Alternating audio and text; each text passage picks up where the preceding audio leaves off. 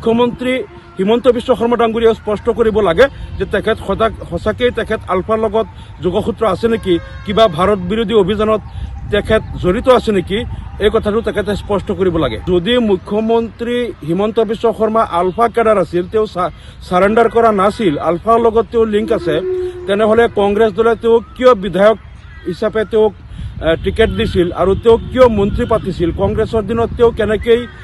মন্ত্ৰী হ'ল, কেনেকৈ বিধায়ক হ'ল, এই বিষয়টো APCCয়ে স্পষ্ট কৰিব লাগে। সাংসদ ৰকিবুল হুছেইন ডাঙৰীয়াই অসমৰ মুখ্যমন্ত্ৰীৰ ওপৰত যিটো অভিযোগ আনিছে, দিল্লীত যিটো প্ৰেছ মিট কৰিছে, এই সম্পৰ্কে আমি অসমৰ মুখ্যমন্ত্ৰীৰ পৰা স্পষ্টীকৰণ বিচাৰিছোঁ। ৰকিবুল হুছেইন চাহাবে স্পষ্ট অভিযোগ কৰিছে যে মুখ্যমন্ত্ৰী মহোদয় আলফাৰ সদস্য হয় আৰু এইটো উচ্চ ন্যায়ালয়ৰ এটা কপি তেখেতে কালি তাত পঢ়ি শুনাই দিছে আৰু সেই উচ্চ ন্যায়ালয়ৰ কপিত উল্লেখ থকা মতে মুখ্যমন্ত্ৰী হিমন্ত বিশ্ব শৰ্মা আলফাৰ কেডাৰ হয়, তেওঁ সাৰেণ্ডাৰ কৰা নাই। সাৰেণ্ডাৰ কৰিলে তেওঁ সালফা হ'লহেঁতেন, সালফা হ'লে তেওঁ নিৰ্বাচন খেলিব পাৰিলেহেঁতেন। যিহেতু তেওঁ সাৰেণ্ডাৰ কৰা নাই আৰু তেওঁ আলফা কেডাৰ হৈ আছে, গতিকে আলফা কেডাৰ এজন মুখ্যমন্ত্ৰী হোৱাটো অসমৰ নিৰাপত্তাৰ কাৰণে অতি এটা ভয়ানক কথা, চিন্তনীয় কথা। গতিকে সঁচাকৈ মুখ্যমন্ত্ৰী হিমন্ত বিশ্ব শৰ্মা ডাঙৰীয়া তেখেত আলফা কেডাৰ হয় নে নহয়, বা আলফাৰ লগত তেখেতৰ কিবা যোগসূত্ৰ আছে নেকি, আমি তেখেতৰ পৰা স্পষ্টীকৰণ বিচাৰিছোঁ। আৰু লগতে আমি APCCৰ সভাপতি ভূপেন বৰা ডাঙৰীয়ালৈ তেখেতৰ পৰাও আমি এটা প্ৰশ্ন কৰিছোঁ, তেখেতৰ পৰাও স্পষ্টীকৰণ বিচাৰিছোঁ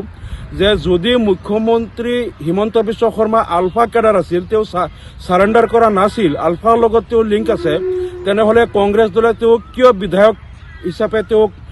টিকেট দিছিল আৰু তেওঁক কিয় মন্ত্ৰী পাতিছিল, কংগ্ৰেছৰ দিনত তেওঁ কেনেকৈ মন্ত্ৰী হ'ল, কেনেকৈ বিধায়ক হ'ল, এই বিষয়টো APCCয়ে স্পষ্ট কৰিব লাগে। আৰু লগতে মুখ্যমন্ত্ৰী হিমন্ত বিশ্ব শৰ্মা ডাঙৰীয়াও স্পষ্ট কৰিব লাগে যে তেখেত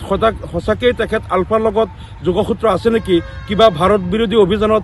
তেখেত জড়িত আছে নেকি, এই কথাটো তেখেতে স্পষ্ট কৰিব লাগে।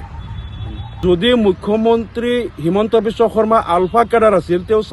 সাৰেণ্ডাৰ কৰা নাছিল, আলফাৰ লগত তেওঁ লিংক আছে, তেনেহ'লে কংগ্ৰেছ দলে তেওঁক কিয় বিধায়ক হিচাপে তেওঁক